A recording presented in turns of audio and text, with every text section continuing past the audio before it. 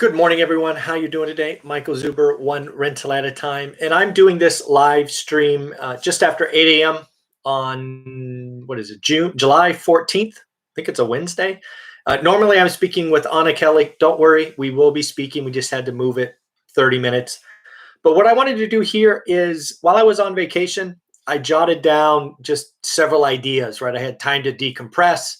I had time to kind of internalize a lot of things, and here's one of the ideas that I had that I wanted to share with you, and that is life lessons from the game of Monopoly. I don't know about you, but I have been playing Monopoly or versions of Monopoly for decades. It was something that I played as a kid. It is something that I played with my daughter. And it really, some of the things that I want to share here are life lessons specifically around real estate that I didn't understand until I began being a real estate investor, specifically a real estate investor who is invested in multiple cycles.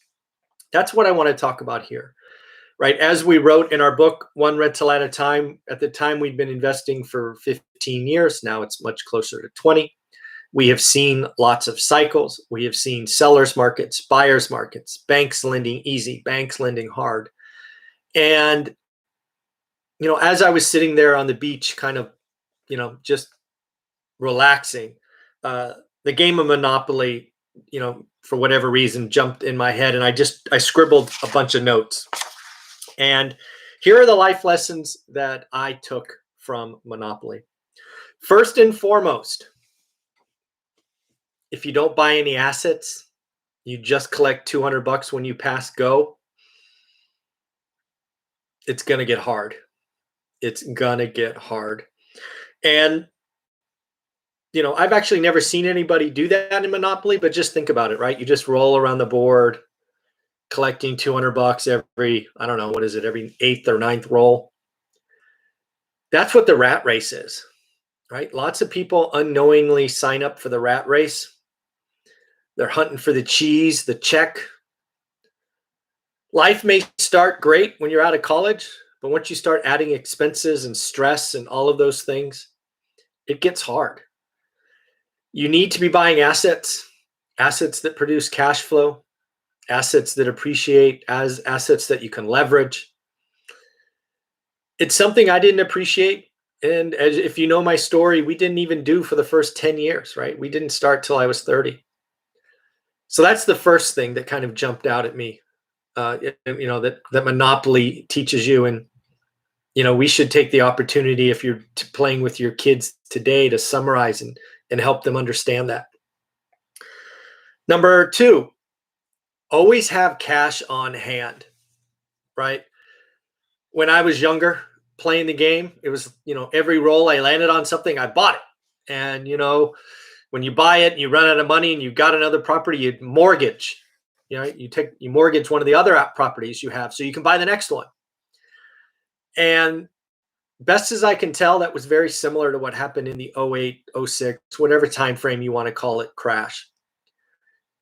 I saw people, just like the game of Monopoly, tie all of these assets together and the mortgage on, and they were tied, and just like the game of Monopoly, it didn't end well. Don't be a real estate investor that over leverages. I know it's sexy when the market goes up, but when you do this for 20 years and you have hundreds, if not thousands, of friends in the game, you can almost see when somebody is getting over leveraged and they don't even know it. If you read our story, we got out of houses right before the crash. We moved into a better asset, an asset that was better leveraged. Yeah, so don't tie your assets together. Don't buy indiscriminately. Have a plan. Don't just keep buying because the banks will lend you money. If you read my story, the only picture in the book is called No Alligators. I don't know what page it's on, page 30 or 40 or whatever it is. But that's because I made a mistake.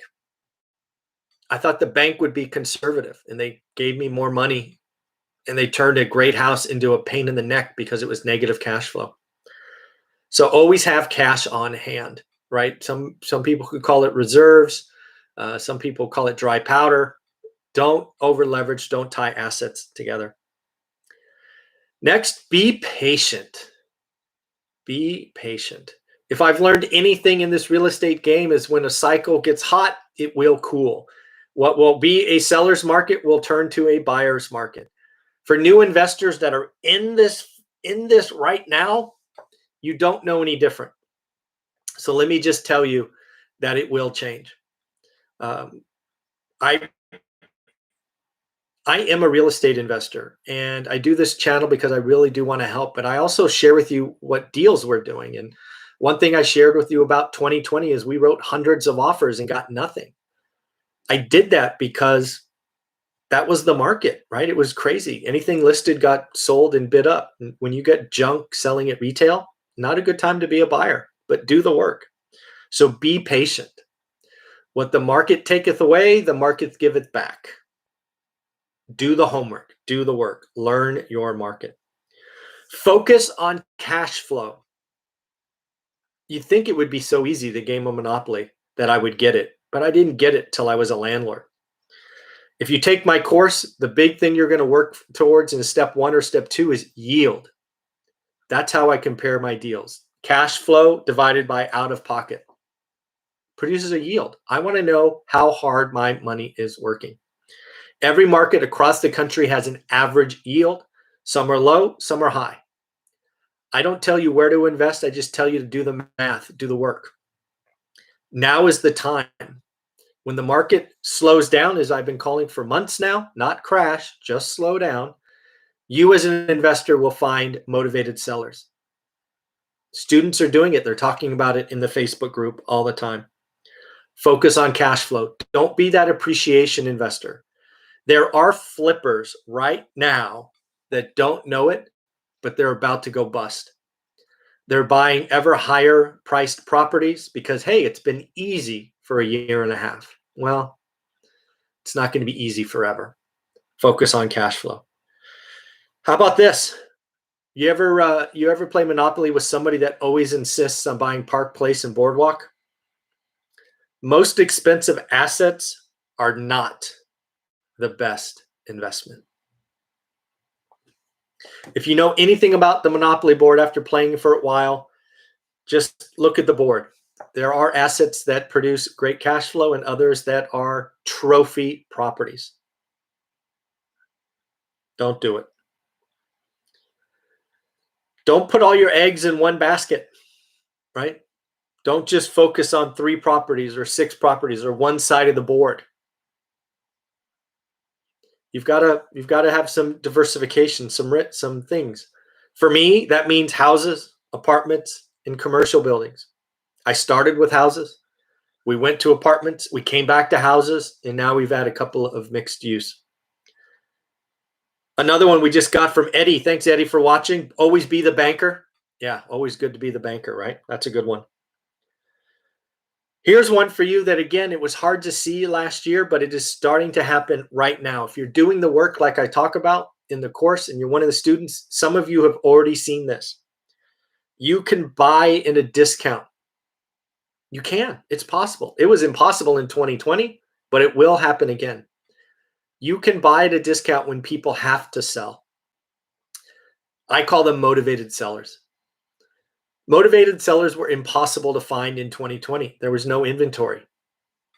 But now as the market slows down, as buyers' demand goes on vacation, as demand gets frustrated, as listings go up, those motivated sellers will start going, hey, I really need to sell. I need to move to Texas or Tennessee or Florida or wherever. I need to sell. I got a job. I got to go. Students of mine are seeing deals, days on market expand, and offering less than asking and getting them. That's when you find a motivated seller. Always look to negotiate win-win transactions, right? One of the things that you will see in Monopoly as you get into the game is you start negotiations, trading, right? Always look for win-win situations. And lastly, don't just buy everything that you land on. That was a strategy that I used when I was younger. And, sometimes it works out, but it's not a great strategy as markets change and people start to map out where they are, right? Have a plan, do the work. So I'd love to hear from you. What other lessons? Eddie gave us one, always be the banker, but I'm just curious, if you're watching this, what other lessons do you take from Monopoly? Life lessons, real estate investing lessons. I would love to hear from you. Go ahead and leave comments below. Again, had some time to think about this. I've got a couple other pages of notes I took that I'll do some live streams on later in the week probably, but just want to wish you all the well. Have a great day, and we should be speaking with Anna Kelly here in about 12 minutes. Take care. Bye.